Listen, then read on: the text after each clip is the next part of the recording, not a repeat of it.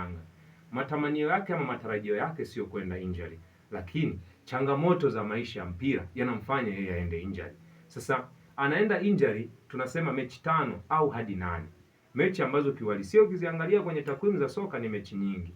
Kumkosa kwake kwa mwalimu Mankoba Mkiti kunamfanya mwalimu, kama alishaanza kumtumia Chuga kwenye baadhi ya sehemu kwamba atakuwa miongoni mwa wachezaji muhimu, basi inambidi mwalimu tena abadilike ama anyumbulike kimbinu jinsi ya matumizi ya baadhi ya nyota, kwa sababu kwenye kikosi cha Yanga wanao wachezaji kama Zokoani ambaye yeye pia anacheza winga, wana wachezaji kama kina Clement Mzize, Maxim pia Nzengeli pia anaweza kucheza pembeni mwa uwanja, lakini Chuga ni miongoni mwa vijana ambao wana uwezo mkubwa sana wa kudribble kutokea kwenye mapana ya uwanja. Mwalimu alikuwa anamtumia vipi kwenye kiwanja cha mazoezi? Hicho ndio kitu ambacho kinaweza kumfanya mwalimu Mankoba akamisi mchezaji huyu. Yaani unamisi mchezaji kulingana na wewe ulivyokuwa unamtumia ndani ya uwanja.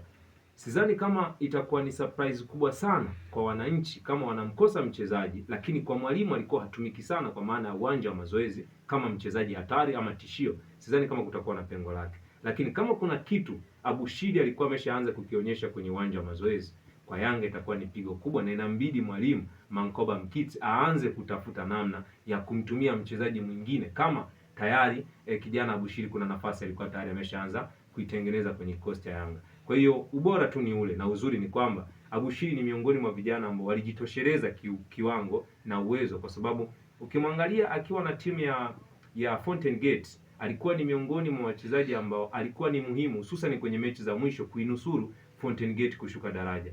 Mwalimu Felix Mizero Kataria Isaya Baba Majeshi Baba Paroko alikuwa anamtumia kama miongoni mwa wachezaji ambao ni mfunguo wa kufanya kile kilicho bora na kuisaidia timu kupambana, kutengeneza nafasi, uwezo wa kudribble na mipira, uwezo wa kupunguza baadhi ya watu na kufanya kile kilicho bora. Sasa kama mwalimu Felix Mizero alikuwa anamtumia kama mchezaji muhimu kwenye kikosi cha Yanga, inaweza ikawa hivyo hivyo au isiwe hivyo, kwa sababu tu mwalimu Mankoba ana kikosi kikubwa na anatakiwa aende kukitumia. Kwa hiyo of course Yanga pia wana kikosi kipana. Hicho ndio kitu cha kujivunia kwa Yanga.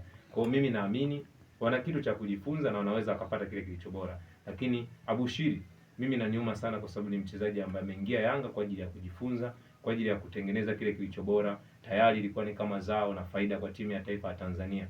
Anaenda injury siku za hivi karibuni na ndo ameanza tu historia ya maisha ya soka. Ni kama vile unaingia kwenye rekodi ya kutengeneza jina. Hii ni kama kwa Lada Kichasambi. Lada Kichasambi anaingia kwenye historia ya mpira baada ya kufunga kwenye mechi dhidi ya Jwaneng Galaxy. Anaingia kwenye historia ya kuifanya Simba iwe timu bora barani Afrika na kufanya kile kilicho bora. Lakini anakuja kufanya kosa kwenye mchezo dhidi ya Fountain Gate, inampelekea yeye kuonekana kama ni mchezaji wa daraja la kawaida kwenye maisha ya soka. Sasa hata hii kwa Abushiri inaweza ikatokea kwamba ni mchezaji mzuri mwenye uwezo, lakini sasa injury inamfanya yeye au miongoni mwa wachezaji ambao watakosekana kwenye baadhi ya mechi za